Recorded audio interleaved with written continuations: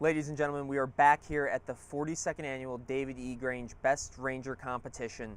This morning, during the buy-in event, we had competitors out on the course wearing some outstanding apparel with their team number, their unit, and they were all decked out so that you could actually identify the unit that these competitors were coming from. And I'm standing here today with the man responsible for making that happen from Exray. How's it going, brother? It's going great. Thanks so much for having me. Yeah, what an amazing morning it's been. Yeah. Thank you so much for coming out, for supporting the Ranger community, for supporting these competitors and making this happen. We were just talking off camera about, you know, the Best Ranger competition comes together kind of late as teams get solidified, and you know, how many teams we're going to have compete. Can we bring in more? And I know you guys worked through some of that, so thank you so much for supporting us, for being out here. But how did you guys come to kind of, you know, get into the competition? So we have a great friend in a Ranger in J.C. Glick, a retired Lieutenant Colonel.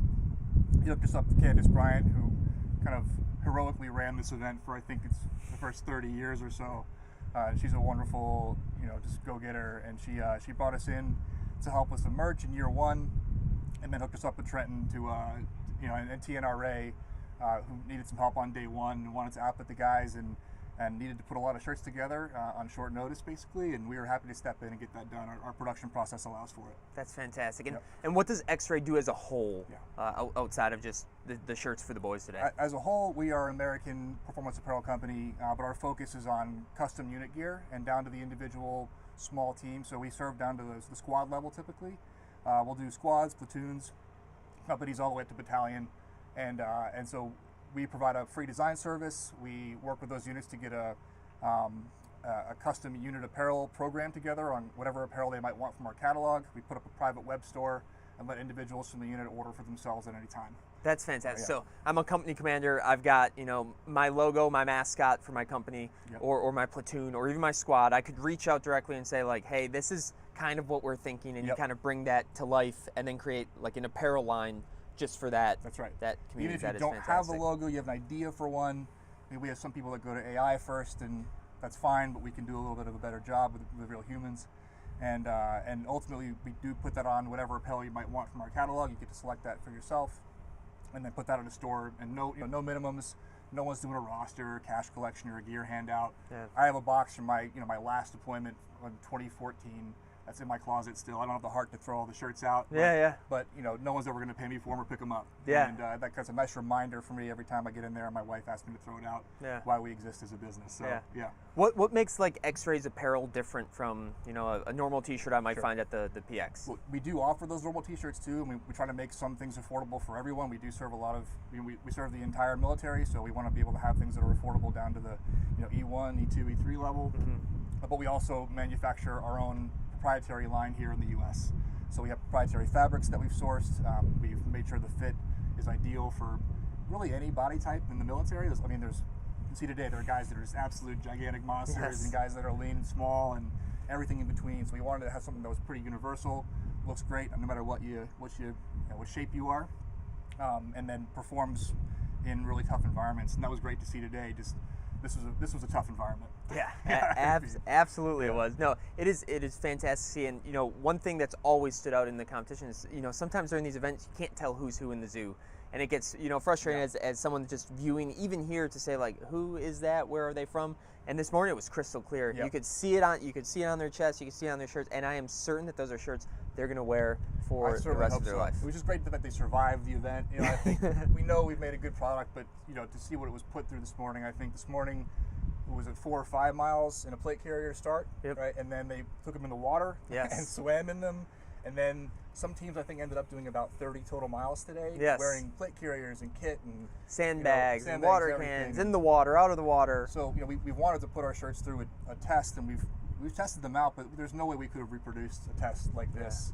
I certainly wouldn't want to do it. Those years are way in the past. So it was just great to be able to put them through the ringer. I'd have someone else do that for us. Absolutely. And then certainly, you know, our production process allows for things like personalization and numbers and unit logos with no minimum. So we were able to get, you know, individual unit, you know, home unit logos in the sleeves and those team numbers on there, even with short notice. So the production time is about 10 business days. That's fantastic. So it was I won't say it was easy, but it was certainly worth it, and we do it all the time. And this is your first time down at the competition? First time at Best Ranger. At Best Ranger. Yeah. So what's something that's kind of surprised you in kind of this initial onslaught? It was just one of the gnarliest haze fests I've seen in many, many years, very frankly. And I was in the Marine Corps for 12 years. I've been through plenty of things, but what today was just, and to know that after what we saw here this morning, they put some packs on and then moved out to the next few things. And, you know, I can't imagine their forearms are going to help them shoot this morning. And it's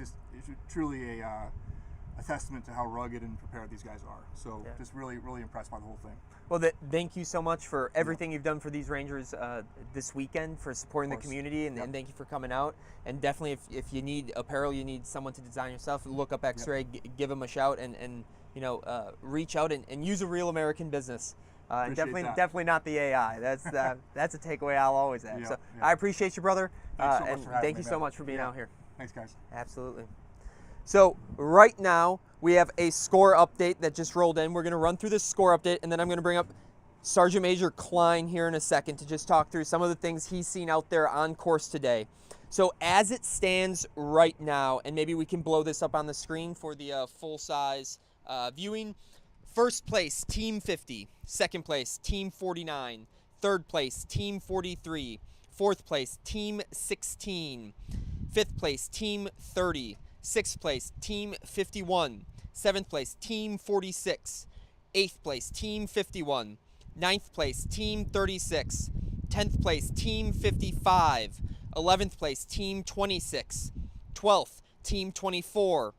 13th, Team 14. 14th, Team 32. 15th, Team 20. 16th, Team 31.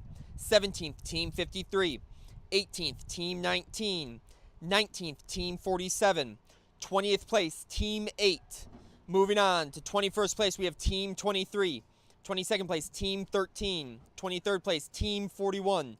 24th place, Team 17. 25th place, Team 27. 26th place, Team 22. 27th place, Team 44. 28th, Team 59. 29th, Team 5. 30th, Team 25. 31st, Team 35. 32nd, Team 33.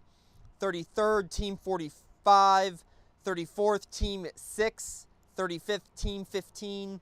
36th, Team 42. 37th, Team 56. 38th, Team 54. 39th, Team 58. And rounding out your top 40, Team 1. Now, a few notes. Again, Ranger Reckoning is going on. It will wrap up here in about 3 to 4 hours. And we're going to continue to see teams shuffle along this leaderboard as teams go and complete events. Some are completing more events early and then trying to get back here earlier. Some are going to wait till later in the day, or maybe they went long early, so we're going to continue to see some shifts. One notable shift is we saw Team 50 move into the lead over Team 49. So Team 50 has Captain Lane Peters and Sergeant Isaac Smith. Captain Lane Peters competed last year. He finished 4th here at the Best Ranger competition last year. He has a ton of experience bringing into the competition. Another notable shifts there is you have Team 9, who are 9th place. You have Team 36 breaking into the top 10. They started off the day rather fast, had a little bit of a lull, but now they might be starting to complete some of those ranges that they moved out further to complete as we see them rise in the rankings. Team 26 of the 101st Airborne Division is in 11th place. Again, that is a team with a lot of experience on their side, and they continue to roll pretty well. And then a big mover in today is Team 8, currently in 20th place. They finished the first event in about 34th or 35th place, and they are now in 20th place, showing you that just because event 1 might have not went your way, you can put that behind you, go start cashing some events, and you can start moving up in the leaderboard.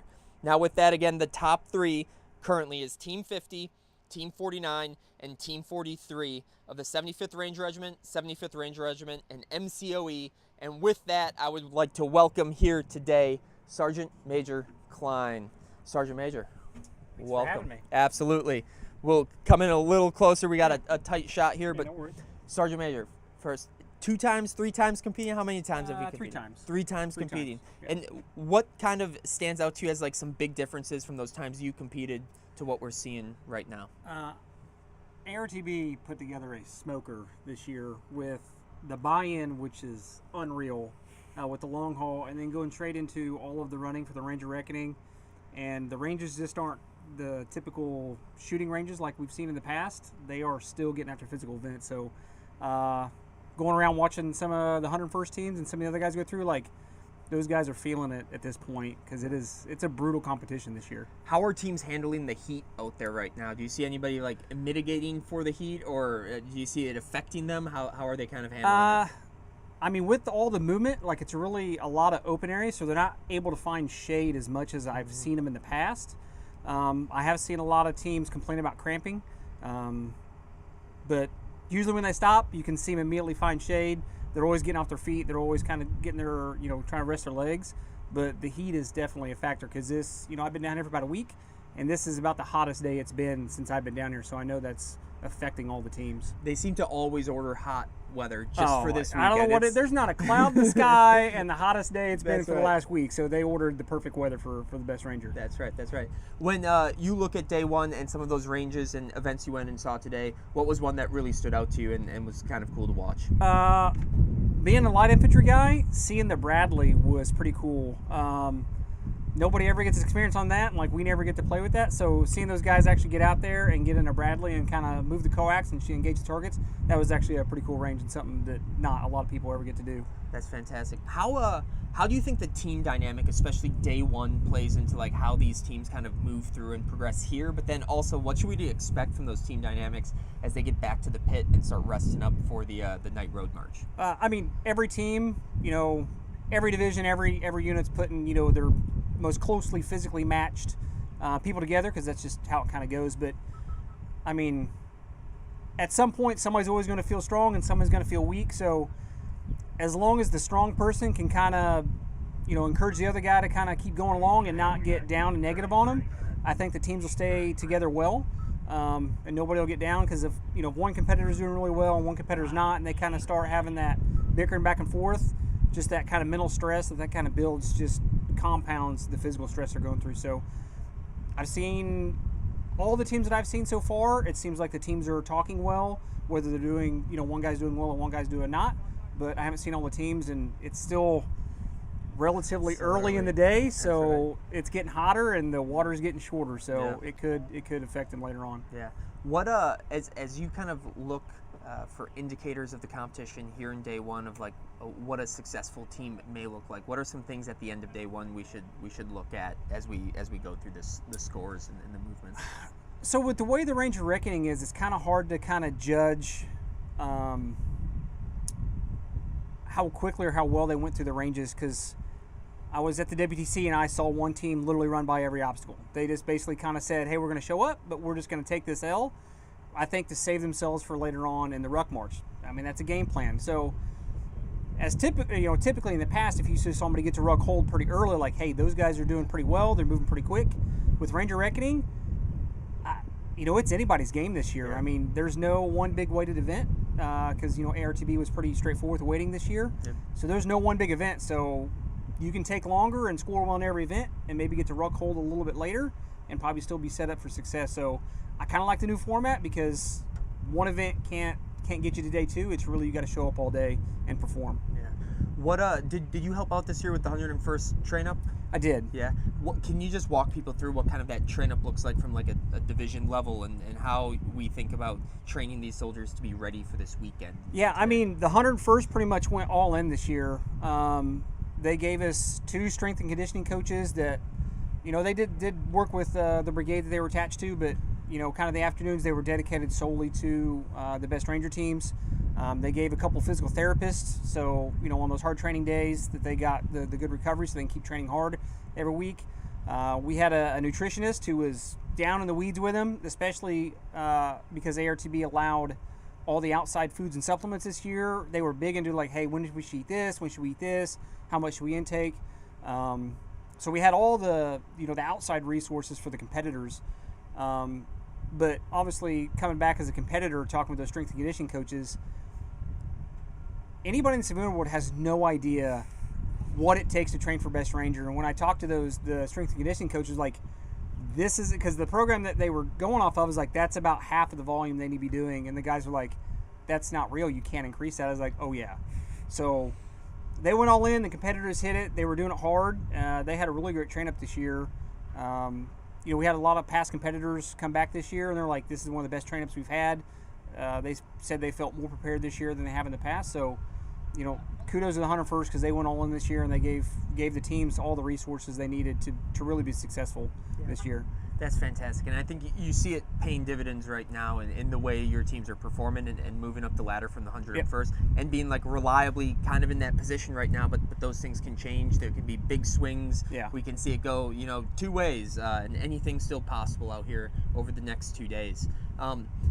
As we talk train up specifically and kind of like that fueling and hydration piece, how did you guys approach that? What are some of the things they're carrying in this weekend that you thought these are some things that might give us an edge?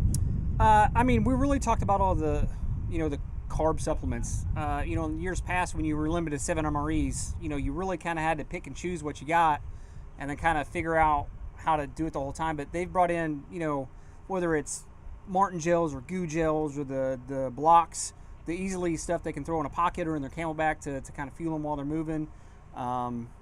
Protein powders, because you're burning, I think it was like 9,000 calories I think I burned in day one in 2023. I'm like, you can't eat that many calories, but you got to supply that all back in. So all of the extra supplements that, whether it be protein powder or even they're allowed creatine. There's a huge mental aspect to what creatine provides you. So if those guys are taking creatine, typically when you go to night stakes, when your brain is basically shut off from all day, there could be an advantage of the guys who are super loading some creatine and kind of going with a little bit more mental clarity. So, they were going for the best ranger, not the best person who can figure out food. I think they're going to get it this year with bringing all the extra supplements. That's fantastic. Now, one thing I think it's tough to overstate about the competition is that, you're an endurance athlete yourself, I'm an endurance athlete. Those events, whether it's an Ironman or a marathon or an ultra marathon, kind of just sit in a pocket all day, right? And you ride that pocket, you're on a knife's edge, but you never really have to go over knife's edge because you'll end your day. But that's not the case here today. So kind of explain what that dynamic's like from a competitor point of view. Yeah, because it is there are times where you can just sit in that comfortable zone too and just kind of jog it out or walk it out wherever you do. But when you come to the Prusic climb, that is anywhere from 1 minute to 3 minutes of zone 5 just suck. Yeah. And then you get a little bit of break, you rappel down, and then you're back to zone 4, zone 5, trying to go through the obstacle course. So you don't get to be able to sit. You got to figure out, hey, this is when I'm going to recover. This is when I'm going to go hard. These are the times where I just got to completely back off and probably walk because I have expended way too much energy in this short period of time. So it is a whole mental game that you can't just have a game plan, because when it comes to the heat, you may have overexpended yourself. You know what? We plan to run this part. We're not doing that anymore. Yeah. We have to back off. So you have to be a conscious athlete of and be an honest broker to yourself. I have to back off, otherwise I am going to blow up and I am not going to make it. Yeah. In classic fashion, this weekend we have a lot of young junior officers in the competition. As a senior NCO, what's something you would impart on those lieutenants as they leave this competition, they go back to their units? What are the things they should be thinking about of this experience and how that translates into the Army? I'm not going to lie, I'm super jealous of these young kids. They recover a lot faster than us old guys do. The old guys can still do it too, and they should expect maybe not BRC level fitness from their senior NCOs, but they should have a high level of fitness. I'm 42 years old and I run circles around a lot of my formation. Yes, you do. So those kids they may not be ready for BRC now, but there's no reason with the PT, all the resources the Army gives you with the H2F coaches, the dietitians, the athletic trainers, everything they give us, everyone in the Army could essentially be a professional athlete. So those young lieutenants going back to their formations, their platoons, they should design PT to get to, one, prepare any soldier to go to Ranger School, but then any soldier should be ready to be I want to do BRC. I want to prove myself to the rest of the formation. Absolutely. And then, before I let you go, what is the thing you're most excited for this weekend in the competition as a whole? The Ranger community, the way the Ranger community comes together for this every year is incredible. It just speaks to, what it means to be, Ranger qualified or part of Ranger Regiment. I was actually talking to someone earlier and I was like, the best Ranger competition is like a drug.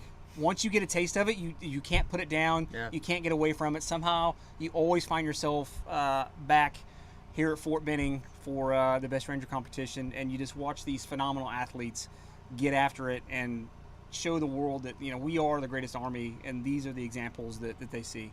Yeah, that's fantastic. I hope, you know, tomorrow as day 2 develops, as we see kind of the results of day 1, we'd love to have you back on. Yeah, absolutely. Chat kind of like what you saw through night stakes, road march, and how people moved around. And then, you know, especially as we get into some that higher octane CrossFit style or a combine style workout tomorrow, would love to get your feedback input on what you're seeing out there. Absolutely. So stop by anytime. Tomorrow is going to be a different game. A lot of these endurance athletes, that's what I love about ARTB designing it this year. Like, there's a lot of strength stuff tomorrow. So you may have been a fast runner, but tomorrow when it comes to some of the matless stones, they may put a hurting on you. That's right. That's So- right. Well, thank you so much, Sergeant Major, for stopping by. It's great to see you. Absolutely. Thank you. Absolutely. Ranger, lead the way. Is this updated? So we have another scoring update. Is this a new scoring update? Okay. We have another scoring update coming to you live. Again, these scores are going to continue to fluctuate. They're going to move a lot right now in the competition, but again, we'll go through them. So in first place, we have Team 50. Second place, Team 49. Third place, Team 46. Fourth place, Team 43. Fifth place, Team 16. Sixth place, Team 30. Seventh place, Team 51. Eighth place, Team 55. Ninth place, Team 32. 10th place, Team 31. 11th place, Team 21. 12th place, Team 36. 13th, Team 24. 14th, Team 26. 15th, Team 20. 16th, Team 41. In 17th and 18th, Team 14 and Team 13. 19th, Team 53. 20th, Team 27. 21st, Team 17. 22nd, Team 8. 23rd, Team 19. 24th, Team 47. 25th, Team 23. 26th, Team 5. 27th, Team 22. 28th, Team 25. 29th, Team 44. 30th, Team 42. 31, Team 45. 32nd, Team 35. 33rd, Team 56. 34th, Team 54. 35th, Team 59. 36th, Team 6. 37th, Team 33. 38th, Team 15. 39th, Team 58. And in 40th place, Team 1. Some things to note here is we did see a lot of movement between the 3rd and about the 10th, 11th place teams. 2 5-core teams coming up into the top 10. That's Team 32 and Team 31. We also saw USASOC Team 55 move up into 8th place. The Ranger Regiment is still holding on to the top 2 spots at Team 50 and Team 49. Again, we've seen Team 49 at the top or in second place of the leaderboard all day, suggesting that they are starting to accumulate some points on the field. ARTB is currently sitting in 3rd place and MCOE right behind them in 4th. And then the 11th Airborne Division, Team 16 in 5th place. Pretty remarkable given that they come from Alaska and they are down here acclimatized very quickly to the Fort Benning heat, kind of like Sergeant Major Klein was saying. It's been cool here all week. This is the first very hot day. It is in the 80s. There is not a cloud in the sky right now, and the sun is beaming down. And still, team from Alaska in 5th place currently during Ranger Reckoning. It's important to know none of those scores are official until they are posted on MCOE's Facebook. However, we are getting these live updates from the scoring desk in the talk, and we will continue to bring these to you as we get them. But just to recap, our top 3 right now are Team 50 and Team 49 of the 75th Ranger Regiment and Team 46 of the Airborne Ranger Training Brigade. That is what we've got for you now. The second we get another update, we will come to you live and make sure you get that information.